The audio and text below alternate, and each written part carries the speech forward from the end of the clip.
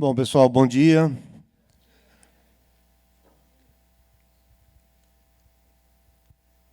Bom, nós estamos agora num momento bastante importante da nossa safra, né?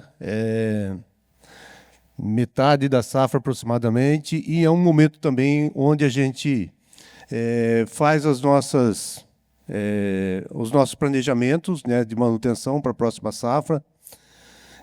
E também tem que ficar muito de olho, né, com muito cuidado, também nos acontecimentos da safra atual, tá? Então, com os cuidados de manutenção. Então, nós vamos fazer aqui uma reflexão, né, sobre alguns pontos importantes, algumas informações extremamente importantes, custos, e, principalmente,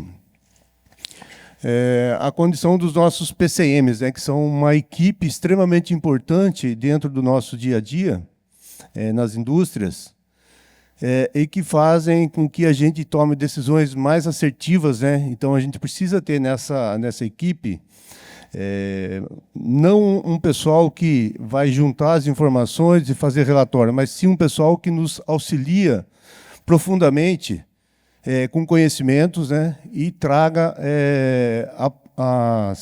as informações que realmente vai influenciar nos nossos procedimentos de manutenção, nas compras dos materiais, nas compras dos serviços, né, que a gente vai executar ao longo da entre-safra. Então, é uma reflexão importante para nós nesse momento.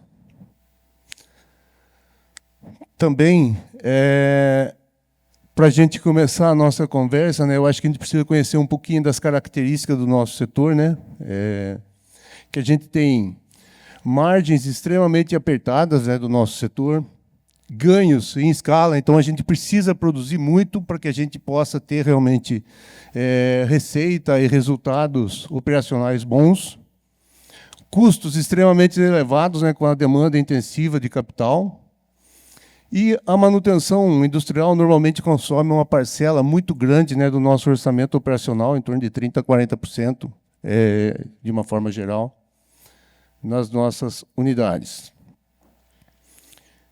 A deterioração dos equipamentos industriais, né, é um assunto muito relevante, né, em todos os nossos setores, inclusive no petroquímico, químico, geração de energia, fabricação de álcool, e papel, celulose, em diversos outros setores aí. Então, não é um privilégio nosso a gente ter custos elevados. Então, e um papel extremamente importante da equipe de manutenção, tá? Então, a forma e a intensidade como elas se apresentam implicam diretamente na utilização dos nossos ativos, né, e na confiabilidade, disponibilidade, segurança, principalmente, produtividade e rentabilidade, tá? E a hora que a gente fala de rentabilidade, a gente tem que olhar muito seriamente para a nossa última linha do orçamento. Eu trouxe aqui, né, dois indicativos de duas grandes empresas, né, onde a gente tem o resultado sobre o capital empregado, tá? Então, isso aqui é o que norteia a maior parte das nossas decisões. Então, é o retorno que a gente tem, o nosso setor não tem grandes margens, então a gente tem que tomar decisões muito assertivas na hora de fazer as nossas manutenções, tá? Então, são informações do balanço de 31/3, né, de duas grandes empresas, com a fonte do valor econômico, né, e a CVM. Na primeira, nós temos aqui 3,06 de retorno sobre o capital empregado, e na segunda, 6,97. Então, a gente aí demonstra para nós que realmente é um setor que trabalha muito apertado com relação aos capitais, tá? Se a gente analisar aqui, hoje a gente tem aplicações aí 15%, mais de 15%, então temos que tomar muito cuidado no que nós vamos fazer com a manutenção e como nós vamos operar as nossas plantas, tá? Porque os nossos retornos, muitas vezes, nos levam a aplicar mais as nossas finanças em detrimento à manutenção da companhia. E trazendo aqui para alguns conceitos de manutenção, né, a maioria dos autores trazem vários tipos de manutenção, né? Corretiva de emergência, corretiva planejada, corretiva não planejada, autônoma, engenharia de manutenção, confiabilidade, mas, na verdade, a gente tem dois tipos de manutenção, né? Apenas dois tipos, que é a manutenção preventiva e a nossa manutenção corretiva. Tá? E aí vai alguns conceitos, né, das manutenções. A preventiva, né, é toda manutenção realizada de origem realizada em máquinas que ainda não estejam em falhas, estando com isso, né, em condições operacionais ou com defeitos que ainda não afetam a nossa operação. Tá? Então, são máquinas que ainda elas estão operando, mas ela já tem uma previsão de entrar em falha, mas elas ainda têm oportunidade de continuar na operação. E a manutenção preventiva também se divide em dois grandes grupos, que é a manutenção sistemática, onde a gente tem a vida útil estipulada lá pelo fabricante, e venceu essa vida útil, a gente já faz a substituição de imediato. E o outro grupo é a manutenção, né, sob condição. A manutenção sob condição, o próprio nome já diz, né, que ela tem na sua origem o acompanhamento e a inspeção, né, dos ativos em 3 tipos de observação sobre os equipamentos. Nós temos a primeira dela aí, que é a sensitiva, né, que considera um monitoramento subjetivo, né, onde nós temos principalmente a visão das pessoas, né, a audição, o tato, o olfato e a habilidade tácita de uma pessoa, né, de manutenção ou do próprio operador na área de produção. Tá? Então, ela é mais subjetiva, mas que ela traz também grandes informações para nós. Né? Quando a gente tem uma equipe experiente, ela pode favorecer fortemente e antecipar alguns resultados, até para chamar a equipe de manutenção para que faça uma inspeção mais apurada. Nós temos aí também, essa é uma das mais importantes, né, a preditiva, né, que consiste em tarefas que visam o acompanhamento dos equipamentos, né, por meio de ensaios não destrutivos, buscando predizer a proximidade de uma falha, né, ou defeito, e determinar o tempo correto para a intervenção da equipe. Tá? E ela também se divide em 4 técnicas de preditiva, que são os ensaios por ultrassom, né? A análise por vibração, mecânicas e análise de óleos lubrificantes. Inclusive, nessa nossa reunião, né, nesse nosso encontro, nós temos aí uma equipe, né, que está demonstrando a PAMAS, que traz aí algumas análises, né, de alguns equipamentos importantes para análise de lubrificantes. Então, é um ponto extremamente importante para que a gente possa ver a qualidade do sangue, né, que está correndo na veia dos nossos equipamentos. Tá? Um outro ponto é a termografia, tá? Que é uma outra análise extremamente importante para nós, principalmente nos grandes CCMs e outros equipamentos aí rotativos. Temos também um acompanhamento por telemetria, né, que é um monitoramento contínuo de um ativo, né, com envio de dados para os especialistas, onde esses especialistas podem detectar falhas, né, que a gente não consegue detectar no dia a dia, e através de termopares, pressostato e outros. Aonde é que a gente aplica essa técnica? Normalmente nos grandes geradores, grandes redutores, né, então turbinas, né, grandes turbinas, para que a gente possa ter o acompanhamento e o auxílio dos técnicos especializados, normalmente dos fabricantes. Temos aqui também a manutenção corretiva, né, como o próprio nome indica, consiste em tarefas realizadas após a ocorrência de uma falha. Tá? Então, ela pode ser a emergencial, né, com intervenção imediata, né, necessária para que se evite graves consequências, né, aos ativos e à produção. Tá? Então, É uma manutenção onde já ocorreu a falha e a gente precisa fazer a ação imediata. E temos também a planejada, que é através do conhecimento prévio da falha, né, vindo das análises de vibração, das análises preditivas, e planejar, permite, né, planejar as nossas ações. Tá? Então, ela prevê a possível falha. E a gente consegue, com essa manutenção, trabalhar o planejamento das equipes, trabalhar o planejamento do material, então, de uma forma a reduzir realmente os nossos custos e a nossa confiabilidade no equipamento. Nós temos também, né, algumas ferramentas, né, para o gerenciamento da manutenção, que são os softwares, planejamento, gerenciamento de ativos, planejamento de rotina, as ferramentas e metodologia de gestão, que são elas o TPM, PDCA, 5S, FEMEA, Fractas, né, o 5W2H, e os checklists, né, que são ferramentas importantes, mas ele não pode simplesmente fazer o checklist e ir lá para dentro da gaveta e não se tomar nenhuma decisão com isso daí. Então, são importantes que sejam realmente analisados. E outros indicadores de performance e relatórios gráficos. Tá? Aí, falando um pouquinho de material, né, para auxiliar nas nossas manutenções, a gente tem aí os aços carbonos, né, baixa liga, e que são amplamente utilizados no nosso dia a dia. Tá? Então, a gente vai ver também à frente mais algumas condições. E tem outros também que compõem, né, a adição de novas ligas, de elementos de ligas, como níquel, cromo, molibdênio. Então, são eles. O A423, né,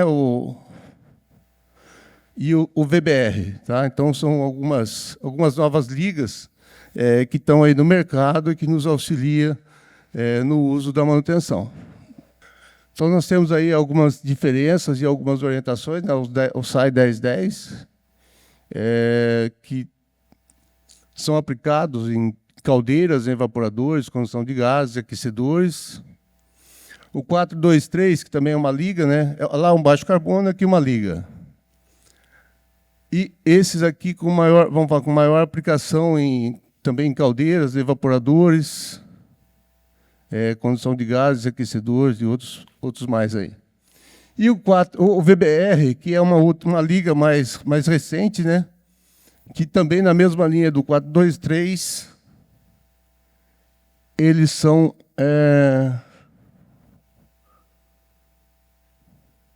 compostos, né, por níquel, cromo, um pouco de molibdênio e cobre. Tá? Também vem vamos falar, para nos auxiliar na resistência à corrosão nos equipamentos de condução de troca térmica.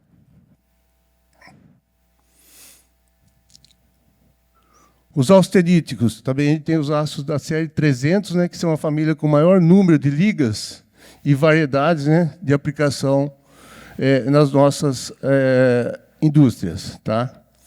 São muito utilizados para a produção de equipamentos na indústria alimentícia, hospitalar, petroquímica, aeroespacial.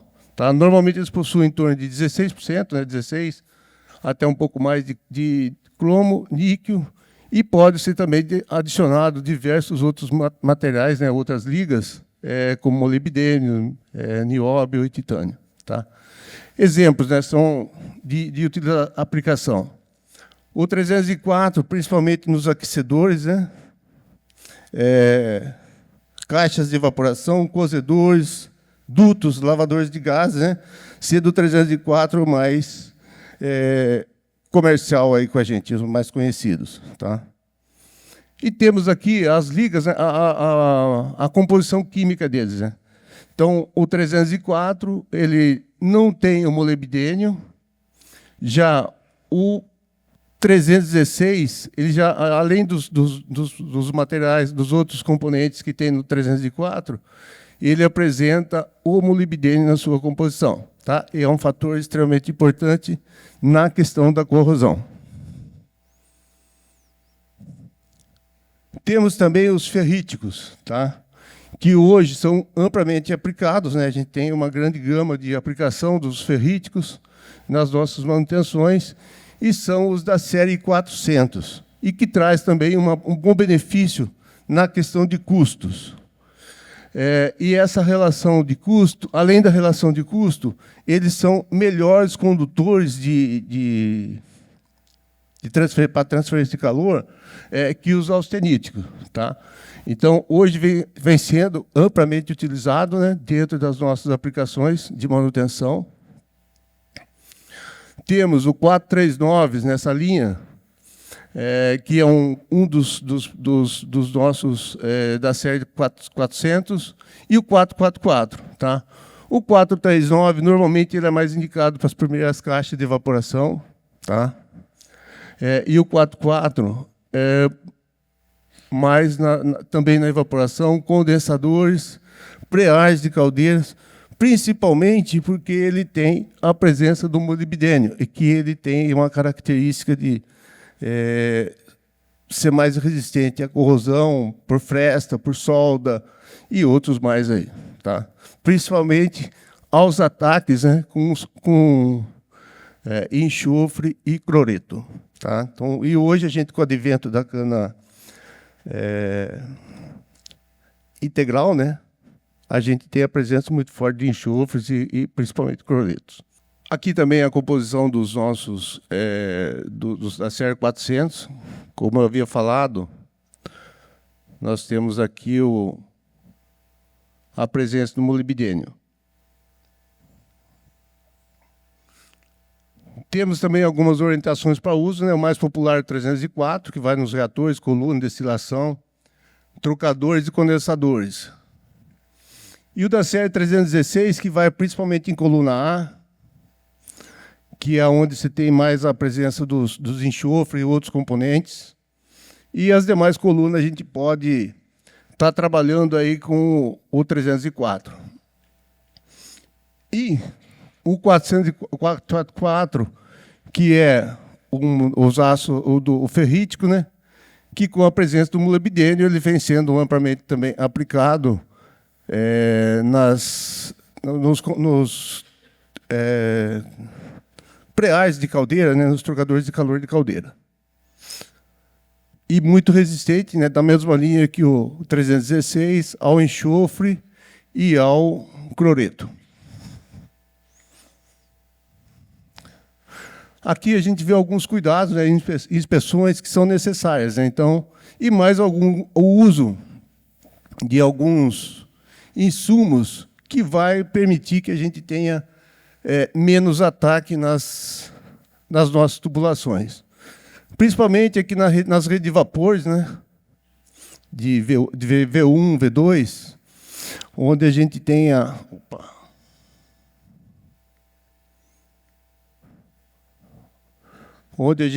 presença dos condensados, né, muitas vezes, fazendo os ataques ácidos.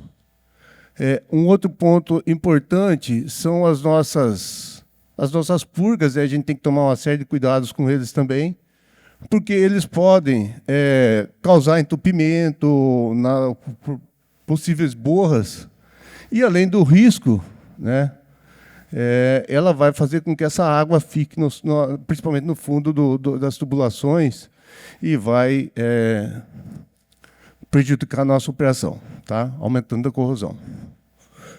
Aqui um outro ponto importante para a inspeção, aqui já é visando a qualidade e o rendimento da performance dos nossos equipamentos.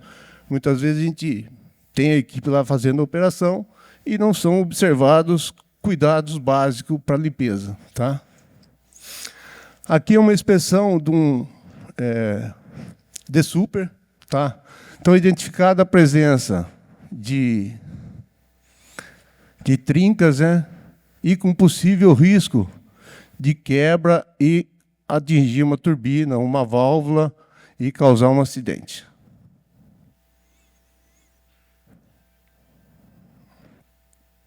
Aqui é um ponto realmente que é muito crítico, né? Então, a corrosão em pré-ar de caldeira, né? A zona de ponto de orvalho, onde a gente tem uma perda extremamente elevada de material e também uma perda que a gente não quantifica normalmente, a gente vê na disponibilidade do equipamento, mas a gente não faz muita conta com essas perdas, tá?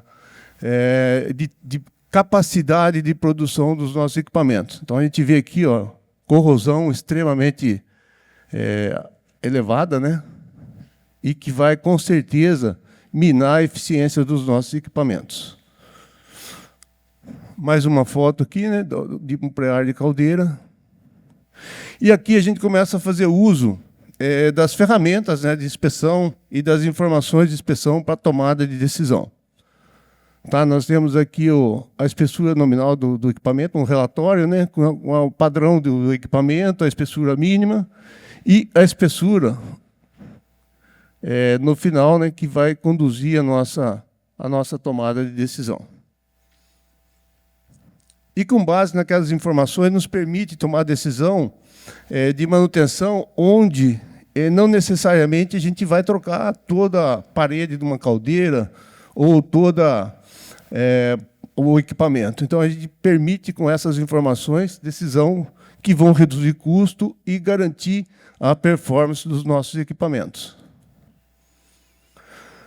Um outro ponto extremamente importante que a gente falou do uso dos materiais, né, é a aplicação de materiais mais nobres. Tá? Então, hoje, a gente tem esses materiais de inox, da série 400, ou mesmo da série 300, que estão sendo mais amplamente utilizados. Tá? Então, e que vêm para aumentar a confiabilidade e reduzir os nossos custos. Tá? Então, a gente tem aplicação em calandras, né, de evaporação. Aqui cabe uma ressalva muito importante, que é o cuidado com o espelho. Pode ser que a gente tenha um espelho não adequado para fazer a mandrilhação, e se não botar esses tubos no espelho não próprio, ou não próprio, mas com corrosões avançadas, a gente pode perder essa tubulação que vai durar mais de 10 anos aí, a gente fazer um grande investimento e, de repente, a gente ter que trocar e perder esse dinheiro. Temos também a aplicação em pré-ars de caldeira, né, dos tubos 444, e, principalmente, nos condensadores, que também é um outro ponto crítico para nós de corrosão. Tá? Então, é um ponto aqui que a gente precisa tomar atenção, e 2 ou 3 anos aí operando, já com tubulação, com material em aço carbono e menos nobre, a gente vai ter problema. Tá? Mais alguns pontos de difícil acesso, né, onde a gente tem muitas vezes vazamentos e tal, então faz jus a gente usar materiais mais nobres. Tá? Linhas de condensado, né? Principalmente para quem faz sulfitação.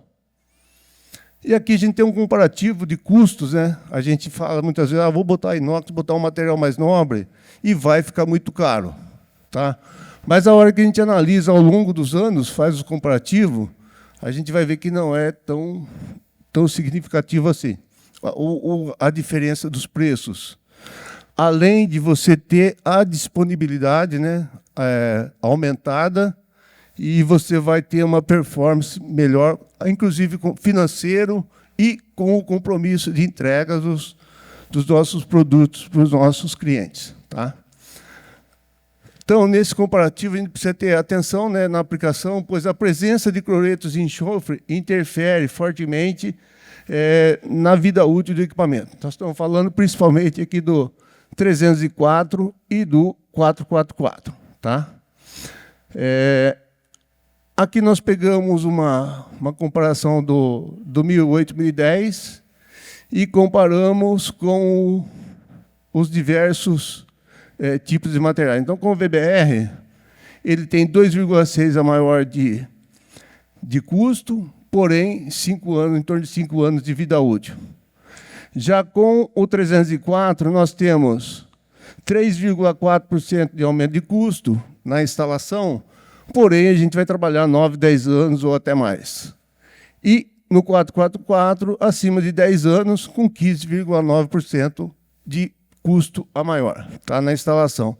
Porém, a disponibilidade do equipamento vai ser muito maior. Tá? Ali nós temos também os exemplos, né, de caldeiras e últimas caixas de evaporação, onde a corrosão são muito mais elevadas. Tá? Outro ponto importante a destacar é a aplicação em lavadores e dutos, principalmente porque a gente tem que fazer um estudo, né, colocar corpos de provas, né, para a gente ver qual a melhor liga para ser usada. Tá? Então, é um ponto que a gente precisa tomar atenção.